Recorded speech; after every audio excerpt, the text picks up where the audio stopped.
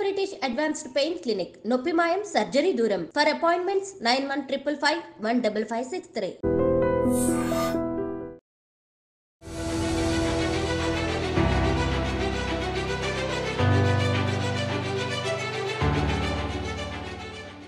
అందరికీ నమస్కారం. నేను Swaroopa Potlapalli. Welcome to iDream. Vajedu SI Rudrarapu Harish suicide కేసులో అనేక సంచలన విషయాలు బయటకు వస్తున్నాయి. ఒక అమ్మాయి ఆయన్ను ఇన్స్టాలో ట్రాప్ చేసి పెళ్లి చేసుకోమని వేధించడం వల్లే ఆయన సర్వీస్ రివాల్వర్ తో పేల్చుకొని చనిపోయారు అనే విషయాలు బయటకు వచ్చాయి. అయితే అదంతా నిజం కాదు అంటోంది ఆయన్ని ప్రేమించిన అమ్మాయి. మన ఇద్దరు పెళ్లి కావాలంటే రెండు ఆ రెండిట్లో ఏదో ఒక మార్గం చూసి చేసుకోవాలి. ఇప్పుడు చచ్చిపోవన్నావు కదా, నా ఇష్టం అన్నావు కదా, అదే చూసి ఇప్పుడు నేను చెప్పింది ఒకటి రెండు విషయాలు.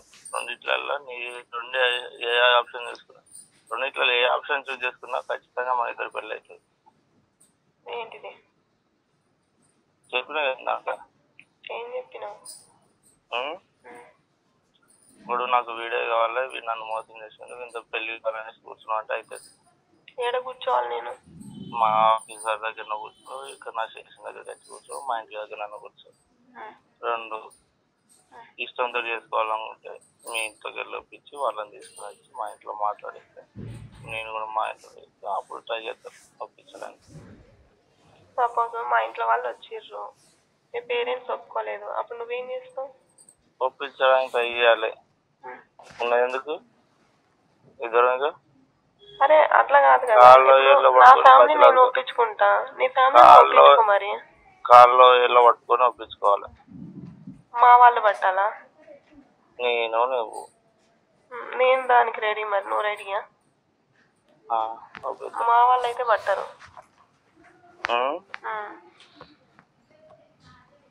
మీ వాళ్ళని వెళ్ళమంటారు. సరే నేనైతే దానికి రెడీ. మరి ఒప్పుకుంటారా ఇంట్లో? అరే నా బాధ నేను పడతా, ఒప్పుకుంటారంటే ఎవరు ఒప్పుకోరు. ప్రస్తుతం తను జూమ్ లో నాతో ఇంటర్వ్యూకి రెడీగా ఉన్నారు.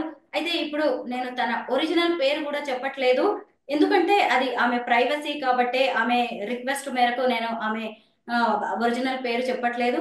ముందుగా నాకు మీకు ఈ రుద్రారపు హరీష్ అనే వాజేడు ఎస్ఐతో పరిచయం ఎలా కలిగింది అది చెప్పండి. ముందు మీ ఇద్దరి పరిచయం ఎప్పుడు ఏర్పడింది, మీరిద్దరు ఎప్పుడు కలిశారు, ఎలా పరిచయం అయ్యారు ఆయన మీకు? నాకు ఇన్స్టాలో పరిచయం మేడం. నేను కొంచెం పొలిటికల్ గా రాజకీయ సాంగ్స్ తో నేను వీడియోస్ చేసుకుంటాను. దాంట్లో నన్ను లైక్ కొట్టి ఉండేసరికి అప్పటి నుండి హాయ్ అంటే హాయ్ అన్నట్టు అలా ఉండేది. అప్పటి వరకు కూడా నాకు తను ఎస్ఐ అన్న పేరు కూడా తను ఎత్తలేదు, ఎస్ఐ అన్న విషయం కూడా నాకు తెలియదు. 3 months తర్వాత అలా నాకు కొంచెం చాటింగ్ చేస్తుంటే నేను ఎవరో తెలుసా అని అడిగారు. నాకు తెలియదు సార్ అని చెప్పాను. తర్వాత నేను ఒక ఎస్ఐని అని చెప్పేసి అన్నాడు. అవునా అని చెప్పేసి అన్నాడు. గతంలో నాకు కొన్ని కేసులు ఉండే మేడం, దాని గురించి నేను అప్రోచ్ అయ్యాను. సార్ నేను ఇలా ఉన్నాను, నాకు ఇలా ఇన్సల్ట్ చేశారు, నన్ను ఇంత ఇబ్బంది పెట్టారని కేసు పెట్టాను అని చెప్పేసి తనతో షేర్ చేసుకున్నా. నేను ఇంత మా కోరడ పోలీస్ వాళ్ళు ఇట్లా ఉంటారు అని చెప్పేసి ఉంటారని చెప్పేసి నేను తనతో చెప్పుకున్నాను. చెప్పుకున్న తర్వాత అవునా మీ సైడ్ అంతా చేస్తారు, మా సైడ్ ఎందుకు చేయట్లేదు సార్ డిపార్ట్మెంట్ అని చెప్పేసి తనతో నేను ఇవన్నీ షేర్ చేసుకున్నాను. అది చేసుకున్న తర్వాత నువ్వు ఇంత కష్టపడ్డావా, ఇంత చేసావా, నువ్వు ఎదిరించడానికి ఇంత ధైర్యం ఉందా నీకు అని చెప్పేసి నాతో మాట్లాడడం స్టార్ట్ చేశాడు. కొన్ని రోజులు మేము మాట్లాడుకున్న తర్వాత సడన్ గా తన మంచి మనసుతో తను ఏమనుకున్నాడో నాకు ఒక లైఫ్ ఇస్తా అని చెప్పేసి అన్నాడు. సార్ మీరు ఒక ఎస్ఐ, నాకెలా ఇస్తారు సార్ లైఫ్, అట్లా ఎట్లా, నా గురించి మీకు అంతా తెలిసింది, నేను ఇంత ఎదిరేయడానికే సిద్ధంగా ఉన్నాను, నాకు ఇంకా వేరే లైఫ్ కోసం నేనేం ఆశించలేదు అంటే, ఒక ఆడపిల్లగా నువ్వు చేసింది తప్పేమి కాదు అని చెప్పేసి నాకు సజెషన్స్ ఇచ్చి నాకు ఒక లైఫ్ ఇవ్వడానికి తను యాక్సెప్ట్ చేశాడు. దానికి నేను కొన్ని రోజుల తర్వాత యాక్సెప్ట్ చేశాను. తను నా కోసం అని చెప్పేసి నేను ఒక ప్రైవేట్ విద్యా సంస్థలో చేస్తుంటే అక్కడికి వచ్చి నాకు కలిశాడు. కలిసిన తర్వాత నా మీద నీకు ఇంకా నమ్మకం లేదా అని చెప్పేసి అప్పటి నుండి నాతో క్లోజ్ గా మాట్లాడటం చేశాడు మేడం. అంతతోనే నేను ఇంత క్లోజ్ గా మాట్లాడుతున్నాను. అయినా కానీ నాకు భయంగానే ఉండేసరికి తను నాకు నేనంటే నీకు ఇంకా నమ్మకం లేదా అని చెప్పేసి తను మాట్లాడిన రికార్డింగ్స్ కానీ నా ఫోన్ రికార్డింగ్ అవ్వదని చెప్పేసి తనే రికార్డింగ్ చేసి నాకు పంపించేవాడు. నీకు ఏ ఇబ్బంది ఉన్నా కానీ మా సుపీరియర్ ఆఫీసర్ దగ్గరికి వెళ్ళు, నేను చేసుకుంటాను. నువ్వు అంత అవమానంగా అనుమానంగా నా దగ్గర ఉండాల్సిన అవసరం లేదని తనే నాతో చెప్పాడు. మీరుండేది నల్గొండ జిల్లాలో, ఆయన ఉండేది ములుగు జిల్లా వాజేడు ప్రాంతంలో ఆయన ఉంటారు. ఏడాది కాలంగా మీ ఇద్దరికి పరిచయం. ఎన్నిసార్లు కలిశారు మీరు? చాలా సార్లు కలిసాం మేడం. 3-4 టైమ్స్ కలిసాము. ఇద్దరి మధ్య ఎలాంటి గొడవ కూడా రాలేదు. తను అంత ప్రేమగా చూసుకున్నాడు. తన ప్రేమ నాకు ఈ జీవితంలో ఇంకా నేను మళ్ళీ బతికుండగానే కూడా నాకు ఆ ప్రేమ దొరకాలంటే మళ్ళీ దొరకదు. నాకు అంత ప్రేమ చూపించాడు. నేను ఎంత బాధపడ్డానో, నేను ఎంత స్ట్రగుల్ పడ్డానో, ఆ స్ట్రగుల్ కి నేను మర్చిపోయే విధంగా నాకు ఆ ప్రేమ చూపించాడు తను. అంత ప్రేమగా మాట్లాడి అంత ఉండి సడన్ గా నాకు తెలియకుండానే ఆ డెసిషన్ తీసుకోవడం నాకు ఇంకా అది ఇంకా నేను కోలుకోలేకపోతున్నాను. ఆ ప్రేమ ఇంకా పొద్దున్న లేచినప్పుడు కల్లా నాకు ఆ ప్రేమ ఇంకెక్కడ దొరుకుతుందా అని చెప్పేసి వెతుక్కుంటున్నాను. మీరిద్దరూ ఇంత ప్రేమగా ఉన్నారు, తను మిమ్మల్ని చాలా ఇష్టపడ్డారని మీరు చెప్తున్నారు. మరి అతనికి పెళ్ళైంది, ఎంగేజ్మెంట్ అయ్యిందా, అవ్వబోతోందా? మీరు చెప్పండి కరెక్ట్ గా. పెళ్లి సంబంధం కుదిరింది? మేడం ఎంగేజ్మెంట్ అవ్వలేదు. అది ఫిక్స్ చేశారు మా పేరెంట్స్ అని చెప్పేసి నాతో చెప్పాడు. మీ ఇంట్లో కూడా చెప్పు, ఒప్పుకుంటే అటు ఇటు ఒప్పించుకుందామని అంటే మా ఇంట్లో పేరెంట్స్ కి కూడా నాకు చెప్పుకునేలా చెప్పాడు. నేను ఎట్లా చెప్పాలనేది కూడా నాకు సజెషన్ చెప్పి పంపించాడు. సరే నేను ఇట్లానే చెప్తాను, మా పేరెంట్స్ తో చెప్తే అతని క్యాస్ట్ అని మా పేరెంట్స్ ఆలోచిస్తున్నారు. నువ్వు ఒకసారి మాట్లాడితే మన ఇద్దరికి ఓకే అవుతుందని కూడా మేము ఇద్దరం తర్వాత ఇటు ఒప్పుకోతారో లేదో తెలియక వాళ్ళ పేరెంట్స్ మీ పేరెంట్స్ తో మా పేరెంట్స్ తో మనం ఇద్దరం వెళ్ళి మాట్లాడతాం, కాల్లో వేల్లో పడి మాట్లాడతాం అని చెప్పేసి తనే నాకు మంచి సజెషన్ చెప్పారు. ఇలా కూడా ఒప్పుకోకపోతే సుపీరియర్ ఆఫీసర్ దగ్గర వెళ్ళి కూర్చో, లేకుంటే మా ఇంటి ముందుకు వెళ్ళి కూర్చో, లేకుంటే నా పోలీస్ స్టేషన్ దగ్గరకు వచ్చి వీడియో చెయ్యి, మన ఇద్దరికి పెళ్లి అవుతుంది అని చెప్పేసి కూడా చెప్పాడు. అది కూడా నా దగ్గర రికార్డింగ్స్ తో సహా ఉన్నాయి మేడం. నాకు ఎప్పుడు కూడా తను అవాయిడ్ చేసినట్టు గానీ నేను నిన్ను చేసుకోను అన్న పదం కూడా నా దగ్గర ఎప్పుడూ మాట్లాడలేదు.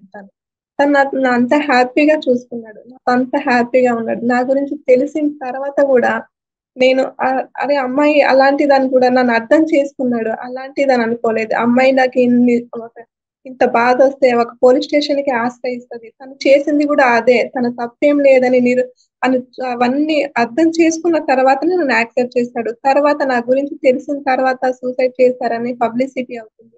అది అంత మాత్రానికి అది కరెక్ట్ కాదు మేడం. నన్ను ఎవరో బ్లేమ్ చేయాలని చూస్తున్నారు కానీ మా ఇద్దరి మధ్య ప్రేమని అదంతా బ్లేమ్ గా చూస్తే పైన తను కూడా మనశ్శాంతిగా ఉండదేమో అని చెప్పేసి నేను ఇంకా బాధపడి ఇంకా కుమిలిపోతున్నా నేను. అను, ఈ ఎస్ఐ హరీష్ తో ప్రేమ వ్యవహారం మీ పేరెంట్స్ కి తెలుసా? చెప్పాం మేడం. ఏమన్నారు వాళ్ళు?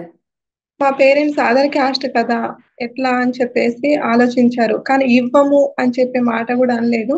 వస్తే తను మాట్లాడితే అప్పుడు నేను ట్రై చేస్తా అని చెప్పేసి కూడా మా బ్రదర్ చెప్పారు. వాళ్ళ పేరెంట్స్ కి తెలుసా? వాళ్ళ పేరెంట్స్ కి చెప్పాము అన్నారు. వాళ్ళు ఒప్పుకోలేదని చెప్పేసి నాతో మొన్న రీసెంట్ గానే చెప్పాను, మ్యారేజ్ ఎంగేజ్మెంట్ ఫిక్స్ చేసుకున్నారు. ఆ ఎంగేజ్మెంట్ ఫిక్స్ చెయ్యక ముందే నువ్వు వచ్చేస్తే మనం ఇద్దరం పెళ్లి చేసుకుందాం, అట్లా ఒప్పుకోకపోతే మా పేరెంట్ నా పోలీస్ స్టేషన్ దగ్గరకు వచ్చి నువ్వు వీడియో చేయమని సజెషన్ చెప్పింది కూడా నాకు తనే. అంత మంచి సజెషన్ ఇంకొక ఎస్ఐ అయితే చెయ్యడు మేడం నాకు తెలిసి. అను, ఇంకొక విషయం, ఆయన ఒక ఎస్ఐ, బాగా చదువుకున్నారు. అలాంటి వ్యక్తికి తెలియకుండా బలవంతంగా పేరెంట్స్ పెళ్లి సంబంధం కుదిర్చే అవకాశం ఉంటుందని మీరు నమ్ముతున్నారా? మేడం నాకు చెప్పిన మాట అయితే ఇది, వాళ్ళు ఒప్పుకోవట్లేదు అని చెప్పేసి అన్నారు. ఇంటర్ క్యాస్ట్ ఒప్పుకోవట్లేదు అన్నారు. అందుకే మనం ఇద్దరం కాల్లో ఏళ్ళలో పడి ఒప్పించుకుందాం అన్న మాట కూడా తను చెప్పింది కూడా రికార్డింగ్ లో ఉంది మేడం. తను ఒక ఎస్ఐ, నాతో ఇంత నా దగ్గర ఫొటోస్ కూడా ఉన్నాయి. నేను ఫొటోస్ కూడా మీకు సెండ్ చేస్తాను. ఆ ఫొటోస్ లో తను ఒక ఎస్ఐ ఉండి కూడా నన్ను ఎక్కడైనా నెగ్లెక్ట్ చేసినట్టు గానీ, నాతో ఎక్కడైనా క్లోజ్ లేనట్టు గానీ ఉంటే నేను అతని మీద అరే నన్ను చేసుకోడు, జస్ట్ నన్ను మాట్లాడి ఇలా ఇంతవరకే ఉంటాడు అని నేను ఆలోచించేదాన్ని. కానీ తన ప్రేమ నాకు ఎక్కడా తగ్గించలేదు. తను ఎంత క్లోజ్ గా నాతో ఫోటో దిగేటప్పుడు కూడా నాకు భరోసాగా దిగింది ఆ ఫోటో. నేను నమ్మడం లేదు అనే ఆలోచనతోనే నాకు ఆ ఫోటో దిగి పంపించింది. తన ఫోన్ లోనే దిగిన మేము ఆ ఫోటోస్ కూడా తన ఫోన్ లోనే దిగితేనే ఆ ఫోటోస్ నాకు వాట్సాప్ మెసేజెస్ ద్వారా సెండ్ చేశాడు. అలాంటి పర్సన్ ని నేను ఎట్లా నమ్మకుండా ఉంటాను మేడం? ఆ రోజు ఆయన సూసైడ్ చేసుకోవడానికి ముందు రోజు ఏం జరిగింది? మీరు ఆ రిసార్ట్స్ కి ఎందుకు వెళ్ళారు? మీరు ఆ రోజు ఏం జరిగిందో మొత్తం మీరు వివరించండి. తను అలా చెప్పేసరికి అంతకుముందు నక్సల్స్ వచ్చి తన పోలీస్ స్టేషన్ పరిధిలోనే ఇద్దరిని హతం చేశారు. ఆ కోణంలో ఉన్నారు. అటు ఇటు ఎంగేజ్మెంట్ అవుతుందన్న బాధలో ఉన్నాడు. ఎటు చెప్పుకోవట్లేదు. నీకు చెప్పాలి అంటున్నాడు, చెప్పట్లేదు. ఆ రోజు మేము నైట్ ఇద్దరం మాట్లాడుకున్నాం. 12 వరకు మాట్లాడుకున్నాము. మాట్లాడుకున్న తర్వాత నువ్వు వచ్చేయి, మనం ఇద్దరం పెళ్లి చేసుకుందాం అని చెప్పేసి అన్నారు. లేదు పెళ్లి కాదు, ఫస్ట్ పేరెంట్స్ కి ఒప్పించుకున్న తర్వాతనే మాట్లాడుకుందాము, అది నెక్స్ట్ డెసిషన్ తర్వాత తీసుకుందాం అని చెప్పేసి కూడా నేను చెప్పాను. లేదు సుఖి, మన ఎస్పీ సార్ దగ్గరికి వెళ్దామని చెప్పాడు. నేను వెళ్ళినా కానీ నువ్వు చేసుకోను అంటే నేను ఏం చేసేది ఏం లేదు అక్కడ. అందుకని ఫస్ట్ పేరెంట్స్ కి ఒప్పించుకుందాము, అప్పుడు పబ్లిసిటీ అవుతుంది. మళ్ళీ నీకు మా ఎస్పీ సార్ కానీ ఎవరైనా నిన్ను చిన్న చూపు చూస్తారు. అట్లయితే వద్దు, చేసుకుంటా అంటే చేసుకో, లేకపోతే వద్దు. నువ్వు ఎవరిని చేసుకొని ఉన్నా కానీ నేను హ్యాపీగా సంతోషంగా ఉంటాను. మళ్ళీ నేను బయటికి వచ్చి బ్లేమ్ అయ్యేంత లేదు అని చెప్పేసంటే నిన్ను వదులుకోలేకనే కదా నీకు ఇన్ని సజెషన్ చెప్తున్నా అని చెప్పేసి చెప్పాడు నాకు. అందుకని చెప్పేసి ఆ రోజు సండే నాకు హాలిడే వచ్చిందని చెప్పేసి నన్ను పిలిస్తే నేను వెళ్ళాను.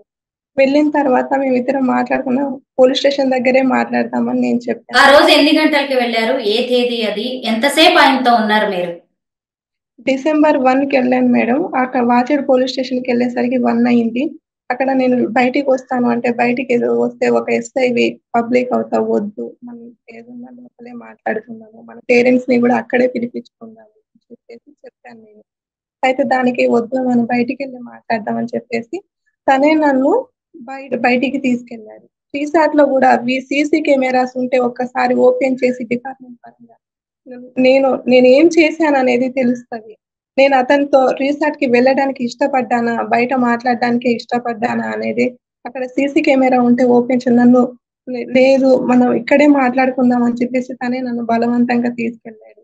అయినా కానీ ప్రేమతో తీసుకెళ్తున్నాడు అని చెప్పేసి అనుకున్నాను. అప్పుడు ఆ రోజు నైట్ వాళ్ళ బ్రదర్ వచ్చారు. బ్రదర్ వస్తే కూడా మాతో మాట్లాడేది. అవును అని చెప్పేసి అన్నాడు తను. నన్ను అడిగితే తను ఓకే అనుకుంటేనే చేస్తాను. ఇదే మాట వాళ్ళ బ్రదర్ కూడా ఇదే మాట చెప్తారు. ఎందుకంటే నేను అంతే కఠినంగా మాట్లాడినా, చేసుకుంటే హ్యాపీగా చేసుకుందాము, పేరెంట్స్ ఒప్పించుకొని అని చెప్పేసి 1 మంత్ టైం అడిగిర్రు నన్ను. సరే అని చెప్పేసి అదే కనుక హరీష్ ఒప్పుకుంటే 1 మంత్ టైం నేను కూడా యాక్సెప్ట్ చేస్తాను బ్రదర్ అని చెప్పేసి చెప్పాను. తర్వాత లేకపోతే వాళ్ళ పేరెంట్స్ కూడా ఒప్పుకోకపోతే నీ లైఫ్ నీది, నా లైఫ్ నాది, కానీ నాకు ఎప్పుడు తోడుగా ఉంటావు కదా అని చెప్పేసి కూడా నేను వాళ్ళ బ్రదర్ ముందు కూడా చెప్పాను. అలా కాదు, నేను ఇప్పుడే చేసుకోవాలని వాళ్ళ బ్రదర్ ముందే తను చెప్తుంటే నన్ను ఎక్కడ అవాయిడ్ చేసినట్టు లేదు అది. అంటే ఆ రోజు రిసార్ట్స్ కి వాళ్ళ బ్రదర్ కూడా వచ్చారా? అవును మేడం, వాళ్ళ ఆయన బ్రదర్ కూడా పిలిపించారా? అవును, వాళ్ళ బ్రదర్ కూడా వచ్చారు.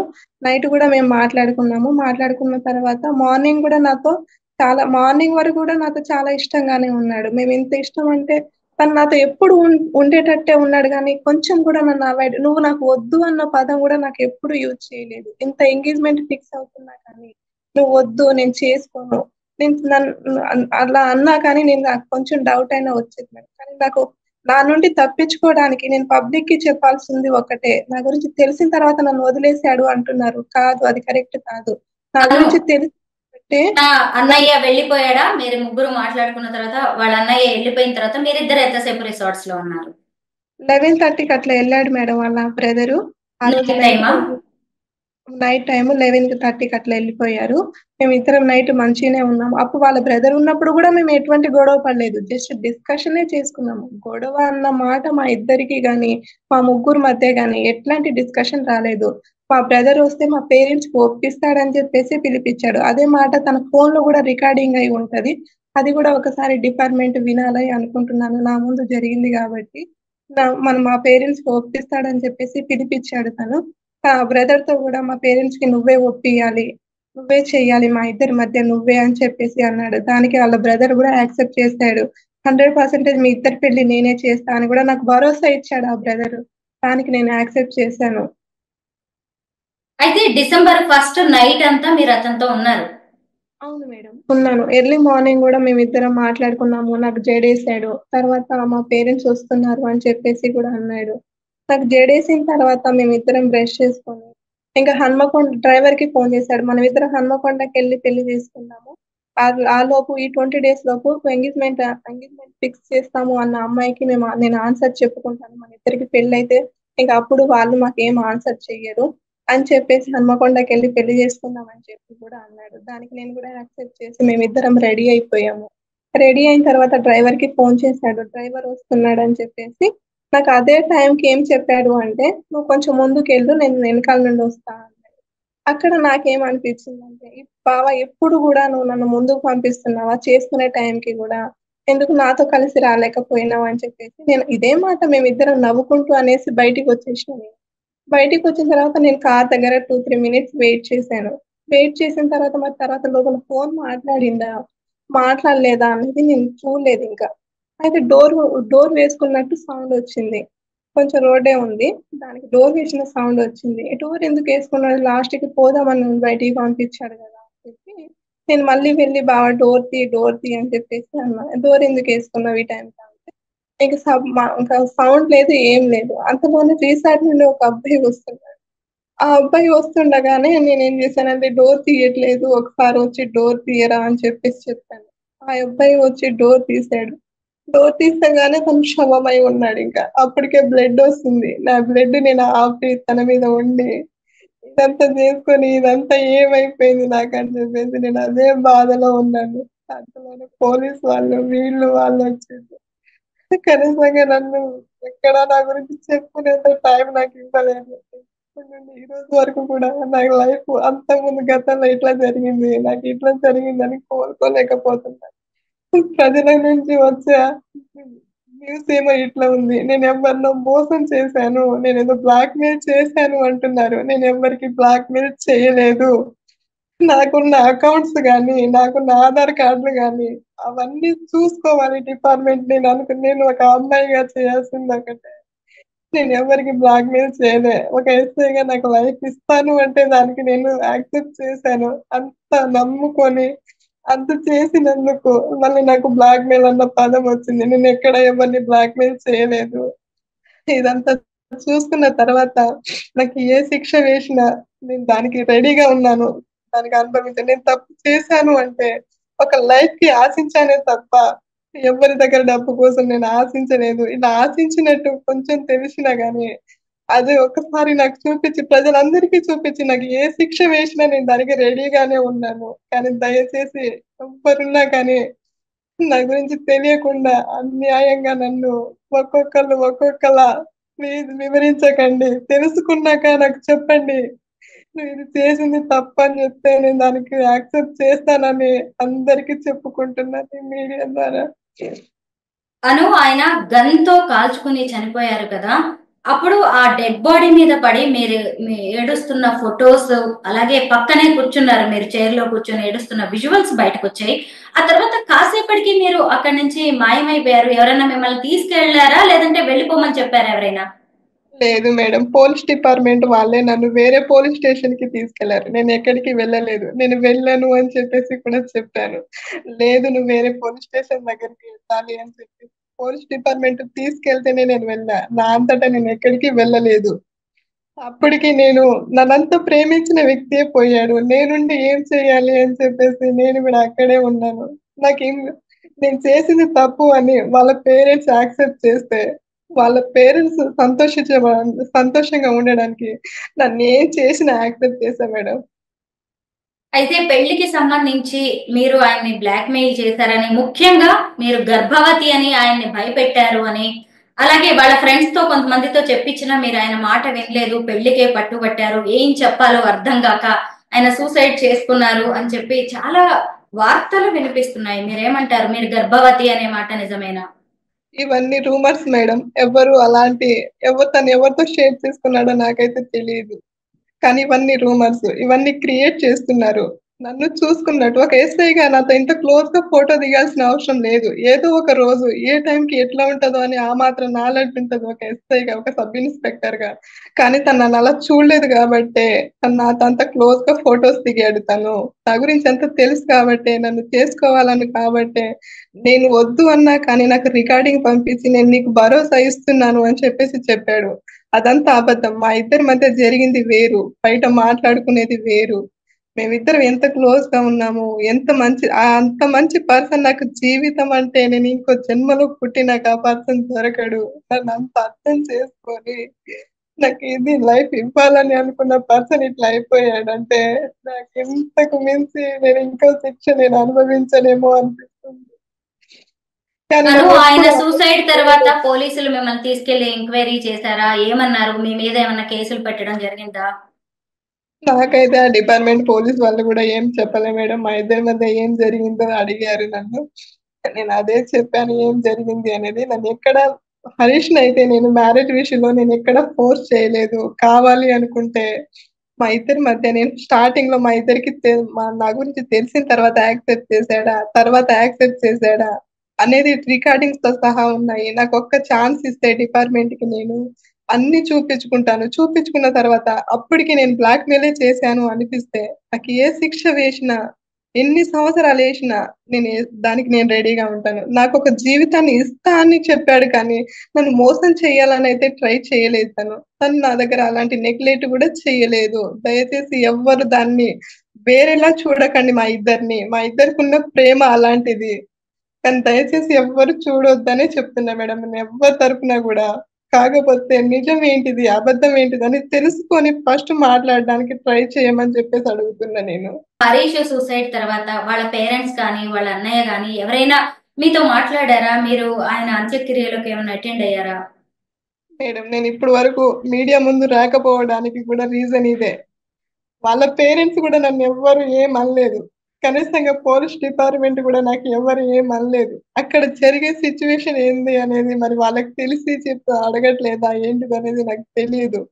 కానీ నన్ను ఏ ఒక్క రోజు వాళ్ళు ఇబ్బంది పెట్టలేదు. జస్ట్ నేను ఈ మీడియా న్యూస్ వల్ల తెలిసి తెలియక చేస్తున్నారే అన్న పదంతోనే ఈ రోజు నేను బయటికి రావాల్సి వచ్చింది. బ్లాక్ మెయిల్ అంటున్నారు, ఏదో కిలాడి అంటున్నారు.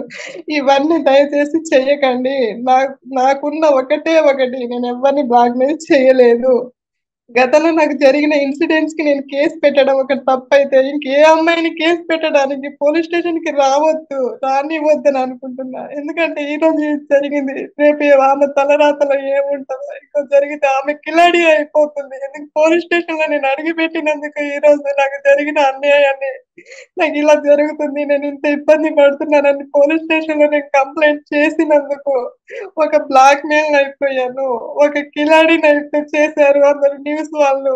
కానీ అది కరెక్ట్ అనిపిస్తే ఇంకా పోలీస్ డిపార్ట్మెంట్ చుట్టూ ఎంత బాధ వచ్చినా ఇంకోసారి అడుగు పెట్టొద్దు అనిపిస్తుంది నాకు జరిగిన అన్యాయాన్ని చట్టం పరంగా నేను వెళ్ళడం నాకు అన్యాయం అయిపోయింది. ఈ రోజు నాకు అంత పేరు తెచ్చి పెట్టింది. అదే నేను కుమ్మిలి నలిగి చచ్చిపోయి ఉంటే ఈ రోజు నాకు ఆ పేరు రాలేదేమో అనిపిస్తుంది. నేను ఎవరి దగ్గర అంత అమౌంట్ తీసుకున్నాను, ఏ ప్రూఫ్స్ ఉందని చెప్పేసి డిపార్ట్మెంట్ కానీ న్యూస్ ఛానల్ వాళ్ళు కానీ అంత స్ప్రెడ్ చేస్తున్నారు నా న్యూస్ అంతా. నేను ఎంత కిలాడి ఏమైపోయినా ఏ ప్రూఫ్స్ ఉన్నాయి? నేను కంప్లైంట్ చేస్తే ఒక కిలాడియా? ఒక అనుభవంతో ఒక చట్టం పరంగా నేను అరే నాకు ఇంత ఇబ్బంది అవుతుంది అని చెప్పేసి కంప్లైంట్ చేసుకుంటే నేను ఇబ్బందిగా ఒక కిలాడి అయిపోయినాను. అదే ఎస్ఐ హరీష్ అదే విధంగా నేను ఆడపిల్లగా నేను చేసింది కరెక్ట్ అనే కదా నన్ను యాక్సెప్ట్ చేశాడు. ఇలానే ఒక ఆడపిల్ల ఎదిరించాలని చెప్పేసే కదా నన్ను యాక్సెప్ట్ చేశాడు. కానీ మా ఇద్దరిని మళ్ళీ ఇలా ట్రోల్ చేసి ఇలా ఇబ్బంది ఎందుకు పెడుతున్నారు అనేది అర్థమవుతలేదు నాకు ఇప్పటికీ.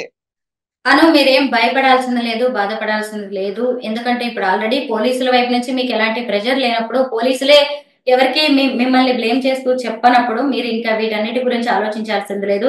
నాకు ఒక్క విషయం చెప్పండి అను, ఆ రోజు రాత్రంతా మీరిద్దరు కలిసి ఉన్నారు, మీరిద్దరు బయటకు వచ్చేటప్పుడు కూడా చాలా ప్రేమగానే ఉన్నారు, ఎక్కడ డౌట్ రాలేదు మీకు అతని మీద సూసైడ్ చేసుకుంటాడు అని. అయినా సరే ఎందుకు సూసైడ్ చేసుకున్నారు హరీష్? నాకున్న ఒకటే ఒక అనుమానం, నేను ఇంత స్ట్రగుల్ పడి పైకి వచ్చిన, ఇంత స్ట్రగుల్ ఉందని చెప్పేసి కూడా అన్నది అమ్మాయి నాతో.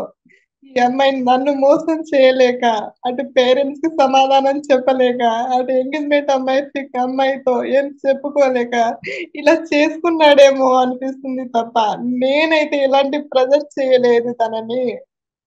అసలు అదే సూసైడ్ చేసుకోవాల్సిన అవసరమా? ఒక్క మాట అన్నాడా, నేను ఇవన్నీ భరించలేక నేను ఆత్మహత్య చేసుకుంటాను అని?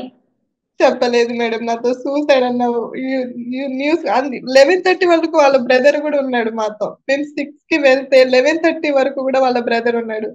ఎక్కడ కూడా నేను చనిపోతాము అన్న యూత్ తను యూజ్ చేయలేదు. మేము ఎంతసేపటికి మాట్లాడుకున్నాము, పేరెంట్స్ కి ఎట్లా ఒప్పియాలి, ఏం చెప్పాలి, ఎట్లా చెయ్యాలి, ఇక్కడ పిలిపిద్దామా, డైరెక్ట్ ఇంటికి వెళ్దామా అన్న న్యూసే మేము మాట్లాడుకున్నాము. కానీ ఇలా చావు గురించి మేము ఇవన్నీ మాట్లాడుతాం. కావాలంటే నువ్వైనా చేసుకొని హ్యాపీగా ఉండు ఎలా అని చెప్పేసి మాట్లాడుకున్నాం. తర్వాత నేను అన్నాను, వేరే వాళ్ళని చేసుకొనైనా నువ్వు హ్యాపీగా ఉండు పేరెంట్స్ తరపున అని చెప్పేసి అంటే, లేదు నేను వదలడం నాకు ఇష్టం లేదని చెప్పాడు. వాళ్ళ బ్రదర్ ముందే చెప్పాడు తను. పేరూరు పోలీస్ స్టేషన్ లో ఎస్ఐగా పనిచేశారు తను. ఇప్పుడు వాజేడు ఎస్ఐగా పనిచేస్తున్నారు. మావోయిస్టు ప్రభావిత ప్రాంతం అది. ఎన్కౌంటర్స్ చూశారు తను. ఇలాగా ఎన్నో చూసిన వ్యక్తి, ఎన్నో కేసుల్ని ఛేదించిన వ్యక్తి. పేరెంట్స్ ని చెప్పలేక, వాళ్ళకి సర్ది చెప్పలేక, వాళ్ళని తన వైపు తిప్పుకోలేక ఆత్మహత్య చేసుకున్నాడు అంటారా మీరు? మేడం నాకు అర్థం అవ్వట్లేదు. నా నుండి తప్పించుకోవాలని అనుకుంటే మేడం, నా గురించి తెలుసు. ఒక సుపీరియర్ ఆఫీస్ దగ్గరికి నేను వెళ్ళినా గానీ ఈమె క్యారెక్టర్ ఇదని ఒక్క మాట చెప్పి నన్ను అవాయిడ్ చేసేయవచ్చు తను. ఇంకో నేను అప్పుడు తెలియక ఇలా చేశాను, నాకు ఇది తెలిసింది, అందుకే నేను చేసుకోవట్లేదు సార్ అని ఒక మాట చెప్పొచ్చు. కానీ సూసైడ్ చేసుకునేంత లేదు కదా మేడం.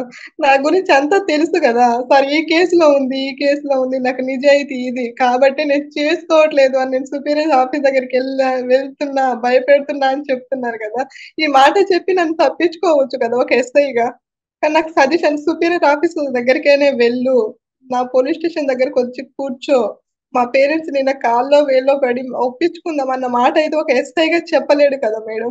తను నన్ను అన్యాయమే చెయ్యాలి అనుకుంటే, నేను వద్దు అనుకుంటే తనకి ఇన్ని ఛాన్సెస్ ఉన్నాయి కదా నా తరపున.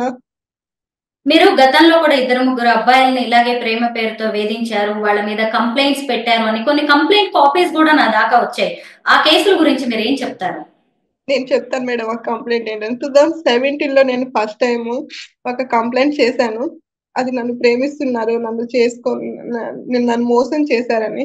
అదే ఇక్కడ మా చిలుకూరు దగ్గర నేను ఎస్టీ కులం, నేను ఒక గిరిజన కులంలో పెరిగిన దాన్ని, ఒక కేసు కంప్లైంట్ చేశానని దాన్నే చిన్న చూపుగా చూసి ఎంతసేపటికి ఒక విలేజెస్ లో ఎలా ఉంటుందో మీకు తెలుసు మేడం. నేను ఒక కేసు పెట్టానని దాన్ని నన్ను చిన్న చూపుగా గుచ్చి ఇదమ్మి ఇలా కేసు పెట్టిందని ఓసీ క్యాండిడేట్స్ నన్ను చాలా ఇన్సల్ట్ చేశారు, నన్ను చాలా ఇబ్బంది పెట్టారు. ఇప్పటికీ నా దగ్గర అన్ని ప్రూఫ్స్ తో సహా ఉన్నాయి. వాళ్ళ మీద నన్ను ఇబ్బంది పెట్టినా కానీ నేను చాలా రోజుల వరకు అనుభవించిన. ఇలా నేను ఎందుకు అనుభవించాలి, నేను ఎందుకు ఎదిరించవచ్చు, ఒక కంప్లైంట్ చేస్తే నేను ఎదిరించవద్దా అని చెప్పేసి ఆలోచనతో నేను వాళ్ళ మీద నన్ను ఎంతమంది ఇబ్బంది పెట్టారో అంతమంది మీద నేను కంప్లైంట్ చేశాను. ఆ కంప్లైంట్ చేసింది ఎలా ఉంది, నేను వాళ్ళకి ఒక్కొక్కరికి 50 years 40 years మేడం. నేను వాళ్ళని ప్రేమించానని మళ్ళీ ఇంకోసారి నేను ఎట్లా కంప్లైంట్ చేస్తాను? నేను చదువుకున్న దాన్ని, వాళ్ళు వ్యవసాయం చేసేవాళ్ళు. కనీసం ఎవరు బయట చూసి మాట్లాడేటప్పుడైనా వాళ్ళ ఏజ్ ఏంటిది, వీళ్ళ ఏజ్ ఏంటిది అనేది కూడా చూసుకోకుండా మాట్లాడుతున్నారు. నేను ఆ వేళ నన్ను ఇబ్బంది పెడుతున్నాను. నేను ఒక కంప్లైంట్ చేస్తే తప్ప మేడం పోలీస్ స్టేషన్ లో? అలా కంప్లైంట్ నన్ను చిన్న చూపు చూస్తే నేను కంప్లైంట్ చేసుకోవద్దా? తిరగబడాలా వాళ్ళ మీద? వాళ్ళని వెళ్ళి కొట్టడం కాదు కదా. చట్టం నాకు ఒక ఇది ఇచ్చింది కాబట్టి నేను చట్టాన్ని ఫాలో అయినా నేను అదే విధంగా నేను కేసు పెట్టిన. కానీ వేరే విధంగా కానీ నేను కేసు పెట్టలేదు. ఆ తర్వాత ఇంకా ఏమైనా కేసులు అయ్యాయా? దగ్గరికి వెళ్ళిన అదే ఈ రోజు నన్ను బ్లాక్ మెయిల్ అని, కిలాడి అని చెప్తున్నారు. ఇదే కనుక నిజం అయితే ఇంత అనుభవించిన ఏ ఒక్క ఆడపిల్ల పోలీస్ స్టేషన్ లో గడప తొక్కదని చెప్తా మేడం. నేను ఇదే అయితే. మీరేం చదువుకున్నారు? హరీష్ ఏం చదువుకున్నారు? నేను B.Pharmacy చదివాను మేడం, తను బీటెక్ చదివాడు. మరి జాబ్ ఎందుకు చేయట్లేదు మీరు ఇన్నేళ్లుగా? నేను 7 years నుండి జాబే చేసుకుంటూ ప్రైవేట్ జాబ్, నేను హైదరాబాద్ లో ప్రైవేట్ జాబ్ చేసుకుంటూ బతుకుతున్నా మేడం. నేను ఒంటరిగా ఇక్కడ బతకట్లేదు. నేను ఇన్ని సంవత్సరాల నుండి కూడా ప్రైవేట్ గానే చేసుకుంటూ బతుకుతున్నా. కావాలంటే నా ఈఎస్ఐ కార్డు కానీ, నాకున్న అకౌంట్స్ కానీ అన్ని చెక్ చేయండి. నేను ఎవరి దగ్గర అమౌంట్ తీసుకొని బతుకుతున్నానా, ప్రైవేట్ జాబ్ చేసుకుంటూ బతుకుతున్నానా, నేను ఇలా రోడ్ల మీద తిరిగి బతుకుతున్నాను అనేది కూడా నాకు చెక్ చేయండి. కానీ దయచేసి అదైతే చెప్పొద్దు. నేను అది భరించలేకపోయి ఇప్పుడున్న బాధ వేరు నాది. అటు తల్లి కన్నందుకు తల్లిదండ్రులు బాధపడుతున్నారు. ఇక్కడ ఇప్పుడు ఒక ఎస్ఐ అయి ఉండి సరే మీరు గిరిజన అమ్మాయి అయినా గానీ అతను మిమ్మల్ని ప్రేమిస్తున్నానని చెప్పడానికి కారణాలేంటి? మీకు ఏం చెప్తూ ఉండేవారు? మీరు సహజంగా అడిగి ఉంటారు కదా. అవును మేడం, నాకున్న ధైర్యాన్ని చూసిండు. ఇంత స్ట్రగుల్ పడ్డావా, ఒక ఆడపిల్ల ఇంత ఇంత చేస్తుందా, ఇంత ఎదిరిస్తుందా, ఇలాంటి నాలో చాలా నచ్చినాయి అని చెప్పేసి అన్నాడు మేడం. దానికి ఇంకా నేను మ్యారేజ్ చేసుకోను, నేను ఇట్లానే బతకాలనుకుంటున్నా, నాకు నమ్మకం లేదు డిపార్ట్మెంట్ పరంగా రేపటి రోజున ఇంకేం వచ్చినా, ఇది తెలిసి రేపటి రోజున ఇంకేం వచ్చినా కానీ మళ్ళీ నేను దాన్ని ఫేస్ చేయలేను. ఒక్క ఎఫ్ఐఆర్ చేయించుకోవడానికి కోదాడ పోలీస్ స్టేషన్ చుట్టూ 7 నెలలు తిరిగినా అని కూడా చెప్పుకున్నా నేను. అందుకే నేను పెళ్లి చేసుకోవాలన్న ఆలోచన నాకు లేదని చెప్పిన. దానికి తన మంచి మనసుతో ఏం ఆలోచించాడో తెలియదు కానీ నాకు లైఫ్ ఇవ్వాలి అని యాక్సెప్ట్ చేశాడు. అయినా కానీ ఒక ఎస్ఐ గారు నాకు లైఫ్ ఇవ్వడం ఏంటని అడిగిన నేను, లేదు నువ్వు నేనేంటో నీకు అర్థమయ్యేలా నేను రేపటి రోజు నేను చేసుకోను అంటే నీ దగ్గర అన్ని ఎవిడెన్స్ పెట్టుకో అని చెప్పేసి కూడా చెప్పాడు నాకు. కానీ ఇంకోసారి పబ్లిక్ వెళ్ళాలి అన్న ఆలోచన నాకు లేదు కాబట్టి నేను సైలెంట్ గా అయిపోయినా. ఇంకోసారి పబ్లిక్ లో వెళ్ళి నేను ఇదంతా చేసుకోవాలని నేను సైలెంట్ గా ఉన్నా. కానీ ఇదంతా చేసుకుంటానని నేను ఎక్స్పెక్ట్ చేయలేదు అసలు.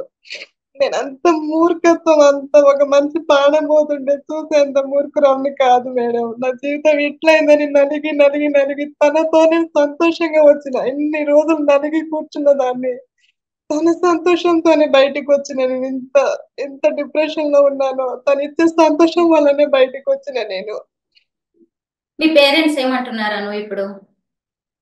నాకు పేరెంట్స్ ఇదంతా పరువు పోతుంది, ఇదంతా పోతుందని వాళ్ళు కుమిలిపోయి, నేను కుమిలిపోయి, నాకు నెక్స్ట్ జీవితం లేదని, ఆ జీవితం ఏంటిది, ఎలా బతకాలి, ఏం చేయాలో కూడా అర్థం అవ్వట్లేదు. ఎక్కడికి వెళ్ళినా నన్ను చూస్తున్నారు, ఎంతగా చూస్తున్నారు. నేను చేసిన తప్పేముంది అక్కడ?